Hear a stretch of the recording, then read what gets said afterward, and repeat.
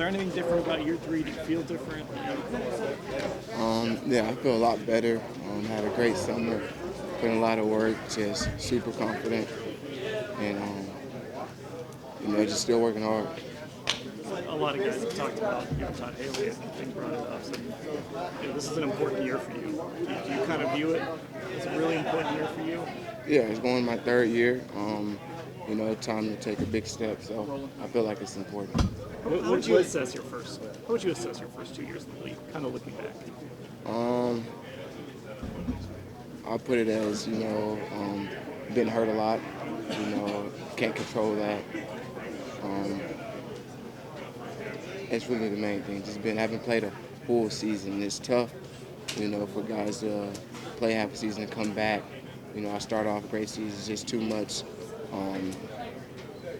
error starting over, from the beginning. But I feel amazing right now. Corey, after the game in Pittsburgh, you were really down on yourself. How long did that game stay with you during the offseason? Were you able to shut it down? I feel like it motivated me. Yeah, I shut it down. I cleared it. Every receiver dropped balls, but it motivated me to get better. Corey, Todd Haley used the phrase "make or break" for the make or break year.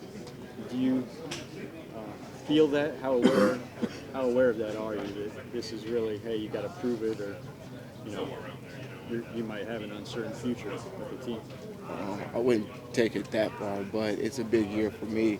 Me and Coach Todd Haley, we talked about what he expects from me, and come out here and practice each and every day. I wouldn't take it as far as y'all taking it.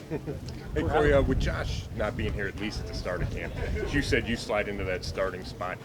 Does your mindset change at all? Do you feel any different being that guy as opposed to if Josh were here and maybe the number 3? Why not?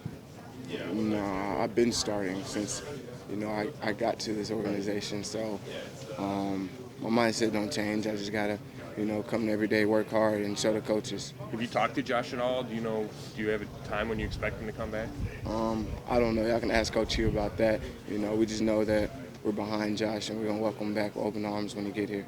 To what extent do you look at your situation as wanting to or needing to prove your worth at a number 15 overall pick? Right, that's just, in me. Like I said, a lot of injuries and stuff. I haven't played a whole season, and I'm excited, for this year. Like you said, year 3, I'm accustomed to the NFL. I know what's going on. I know how things work around here and stuff. So, like I said, I'm very excited.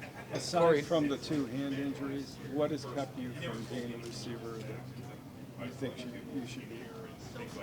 That's a big factor, playing half a season for 2 years. I feel like, that's the main thing. Corey, how has the arrival of Jarvis changed things in the receiver room for you? I'm excited we got him, man. Jarvis is a great dude. For the younger guys too, even for me, he's teaching people. He's around here always happy and stuff. He's excited to add a guy who wants everyone to get better in the room like that. Corey, normally if a receiver gets hurt, it might be a concussion or a knee or a leg. A hand injury is kind of fluky. To have it happen 2 years in a row. Right. Have you kind of wondered, how in the world did I get, why me? How's this happening? Yeah, exactly. I'm like, man, that's crazy. Two hands in a row, that's not normal. But everything happened for a reason. Corey, the roster is so much different than it was last year. I think you talked about a different feel. How about from inside the locker room? I mean, coming off 0-16, does it feel completely different to you guys coming back? It does. We got a lot of great guys in the offseason to add to this team, and they're great leaders. They've been at winning organizations and stuff, and they're bringing their swagger here, and we're just rolling with the punches. The younger guys following along, hopping on the train. Talent-wise, does it feel a lot different? Yeah, it does. Not to knock any of the guys who were here, but John Dorsey did a great job bringing in a lot more talent. Do you feel that this new offense either suits you, or does it matter to you what you see what Todd Haley's trying to do? Yeah, I like Todd Haley offense a lot. Move a lot of guys around and stuff. He's a great offensive coordinator. He knows what to do. Corey, what did you get from those off-season workouts with Tyrod, and how much did that help? it's crazy. Since I've been here, we haven't had a quarterback who did that. You know, Tyrod, great. He got us all out in L.A., throwing with him for a week before camp. You know, that's how you just know, like, a guy like that is a really good leader, and he wants to make sure that everybody know what to do and doing their job. When you got here, you were the top pick in that draft, and things haven't gone well. But do you feel almost like an underdog now because you've been knocked down a little? I wouldn't take it that. I feel motivated, you know. Everybody want to see, so I'm just working each and every day, putting my head down, just going after it, man. When you said, you know, you want to take it as far as having an uncertain future with the team, what do you think Todd Haley means by make or break? And kind of what's the message when you hear that, what's the message you think you're getting? Like, if I don't do what I got to do, changes are going to be made. I don't know what type of changes, but, you know, something's going to be made. I don't know what he means by that, too. I have to ask him. There was some reckless speculation that during the draft season that you were being offered a trade, and it just didn't happen. Did you catch any wind of that? No. Concerned at all? Did John Dorsey tell y'all that? No. So he didn't tell me nothing about that, so I don't know about that. It's just people making up stuff, I guess, because he didn't talk to me. He didn't talk to y'all about it, right? No. Do you take it as a challenge of bringing Antonio Callaway in here? It's always a challenge when you bring guys in. Just not, you know, him. When you go get any guy, you know, it rises to everyone's standard and stuff. You got a job to do. You got to do your job at the best of your ability, and the coach is going to pick who they want to play. But you look at it as a competition? I look at everybody a competition, not just between me and him, between dudes sitting next to me in the locker room and the dudes sitting next to me in the meeting room. It's all competition. But he's a guy they say has first-round talent and can make a big impact right away. Right, he is talented. You wouldn't be in the NFL if you're not talented. There's a lot of guys talented. In those games that you played in your first 2 seasons, did you prove to yourself that you can be a big-time receiver in this league, or do you still have to show that at this level?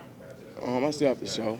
I feel like each year everyone has to show if they can be a big-time receiver in the NFL.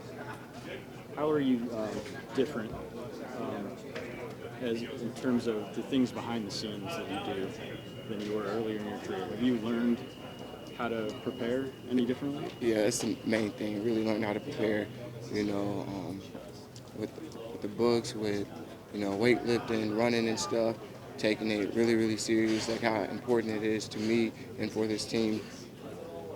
How beneficial is it to have Jarvis Landry here for you? He's made 3 Pro Bowls, and he seems like a guy who has a lot of knowledge about how to succeed at your position. He does. Even like I sit down, man, Jarvis talk all the time.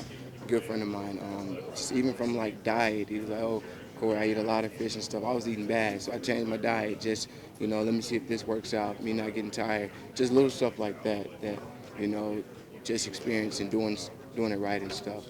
Corey, I don't think we've talked to you since the draft. What have you been your impressions of Baker? Really talented, really good. You know, I played against him in college, so I already knew, you know, what he was bringing to the table. So when I seen him, I'm not surprised because I played this man in college. Hugh said again yesterday, and he said it since Tyrod got here, that Tyrod's the guy and Baker's not. It's not even a competition.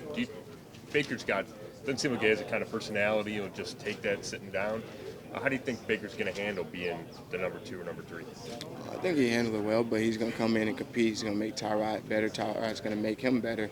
So that's going to make both of them better as players. And, you know, Tyrod, older, he's a vet. He got more knowledge. He can, you know, teach Baker from mistakes and stuff like that. I think, you know, what they're doing is really, really good. He's going to, you know, help both of them. Do you consider your career here at a crossroads, meaning either you blossom this year or you go on your way somewhere else? Or am I making too much of that? I don't know. You tell me. I feel like you got all the answers.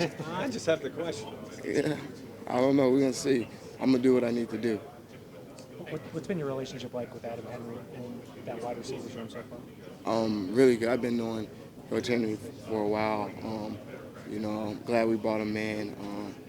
You know, he lets us play, lets us ball. He teaches we need to know, you know, details, running routes and stuff.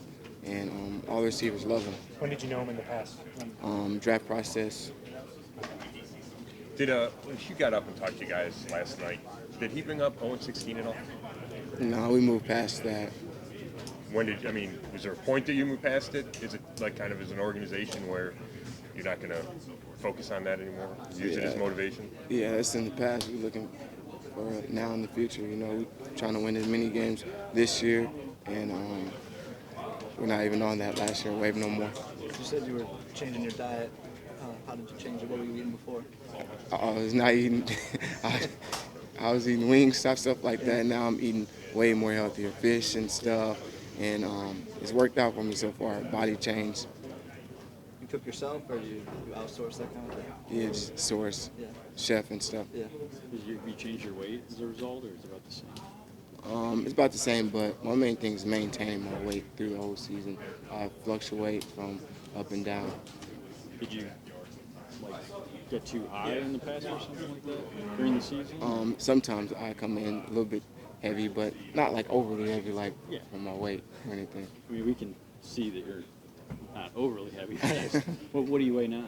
I weighed in at 192. That's where I want to be. Was it a shock to you when Josh put out that statement this week that he wasn't going to be here at the start of camp and we don't know when he's going to be back? You said, was it a shock? Yeah. It wasn't a shock to me. You know, Josh knows himself, and he know how to handle himself. You know, he's been through a lot. So, you know, like I said, we're behind him, 100%. You don't consider it a setback for the offense or the team that he's not here at the start of this? When he come back, he's going to be just fine. We know Josh. He works really hard. He's going to be in great shape. You expect him back this season? I would think so. I don't know what to expect. I don't know what you got to ask Coach Hugh. I really don't know what to tell you. I didn't know how much you guys knew. Hey Corey, can you give us can you put a number on your goals for yourself and your team this season? Number on the goals? I'm going to leave that to Coach Hugh. That's kind of sacred. That's to me.